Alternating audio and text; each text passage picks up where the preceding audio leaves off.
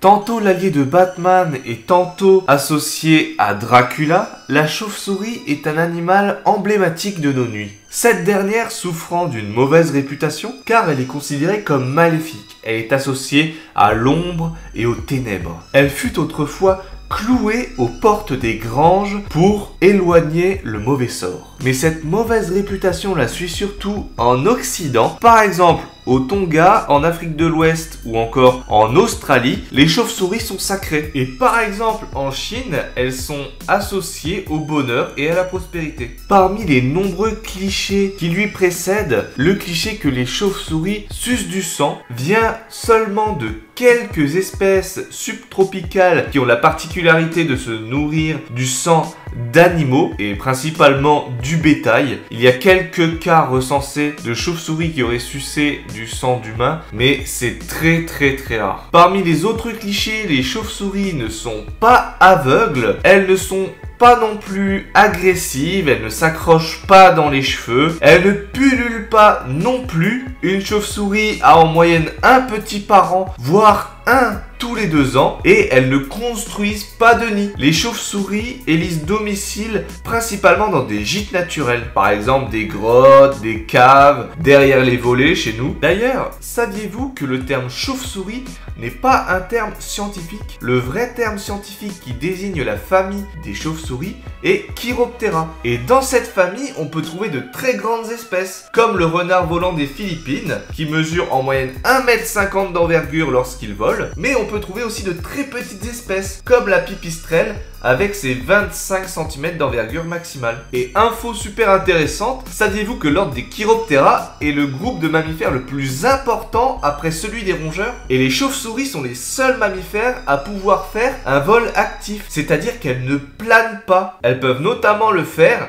grâce à une membrane entre les doigts de leurs mains qui leur permettent d'avoir de grandes ailes. Et comment parler des chauves-souris sans parler de l'écolocalisation? Alors qu'est-ce que c'est l'écolocalisation? Je vais vulgariser, mais c'est tout simplement le fait que la chauve-souris va émettre des très petits sons qui vont ricocher sur les objets et revenir à ses oreilles. Et en fait, grâce à ces ricochements, la chauve-souris va pouvoir se faire un plan de ce qu'il y a devant elle en 3D. Et l'avantage de l'écolocalisation, c'est que du coup, elle n'a pas besoin de lumière pour voir. En fait, elle voit avec les sons, ce qui est super utile la nuit, quoi. Et intéressons-nous maintenant à la chauve-souris la plus commune en France, la pipistrelle commune. Donc c'est une très petite espèce qui mesure 5 cm et 18 à 24 cm d'envergure. Elle pèse un poids qui est dérisoire, c'est-à-dire qu'elle pèse 3 à 8 grammes maximum. On parle vraiment d'une très petite chauve-souris. Elle est aussi très répandue en Europe, au Maghreb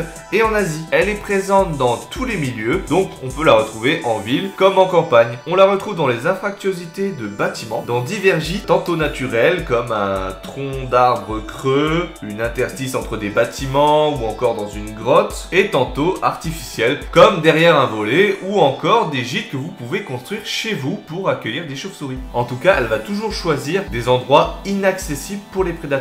Alors la pipistrelle commune dort la journée et est active le premier quart d'heure après le coucher du soleil. Généralement, elles ne se déplacent pas très loin de leur gîte et certaines peuvent chasser plusieurs heures après le coucher du soleil. Malgré sa petite taille, la pipistrelle peut vivre jusqu'à 17 ans. Par contre, l'espérance de vie moyenne est seulement autour de 2 ans. La pipistrelle mange des insectes volants et elle est capable de manger 600 insectes par heure. Elle chasse généralement au-dessus des étangs, dans les jardins et en ville. Elle affectionne les coins près des lampadaires car ceux-ci attirent un grand nombre d'insectes. Son cycle de reproduction est en 3 étapes. La première étape est une hibernation en colonie mixte, donc des mâles et des femelles, de novembre à fin mars. Et ce qui est étonnant, c'est que la température corporelle des pipistrelles descend de 38 à 10 degrés. La deuxième étape est la sortie d'hibernation. Et à ce stade, il va se passer 2 choses. Les femelles vont se regrouper en gîte de maternité d'avril à mai où elles vont mettre bas et élever les petits, et les mâles quant à eux vont mener une vie solitaire durant l'été. Et enfin la dernière étape est la période d'accouplement de fin août à fin septembre, où les mâles vont faire des parades nuptiales autour de leur territoire, donc ils vont patrouiller en émettant des cris sociaux, des espèces de chants, et répandre en même temps une très forte odeur. Il faut savoir qu'un mâle peut avoir un cheptel de 10 femelles dans des gîtes d'accouplement. Donc l'habitat hivernal des pipistrelles sera plutôt un coin tranquille dans les habitations, par exemple des caves ou encore des tunnels, et l'habitat estival, donc d'été, des pipistrelles sera plutôt des volets, des greniers, des toitures, des fissures rocheuses ou encore des écorces d'arbres. Alors la pipistrelle commune n'est pas menacée, par contre il y a plusieurs menaces qui planent sur elle. La première est la destruction de ces gîtes naturels ou artificiels, l'utilisation de pesticides qui l'empoisonnent à long terme. Il y a aussi le problème qui est assez paradoxal des lumières la nuit, donc c'est-à-dire qu'un lampadaire va l'aider à trouver sa nourriture, mais trop de lumière et de pollution lumineuse va la faire fuir et va la perturber. Il y a d'ailleurs des projets dans certaines villes de faire des couloirs sombres pour l'aider à se repérer la nuit, donc des couloirs sans lumière artificielle. Et malgré sa longue durée de vie, tous ces facteurs font que la population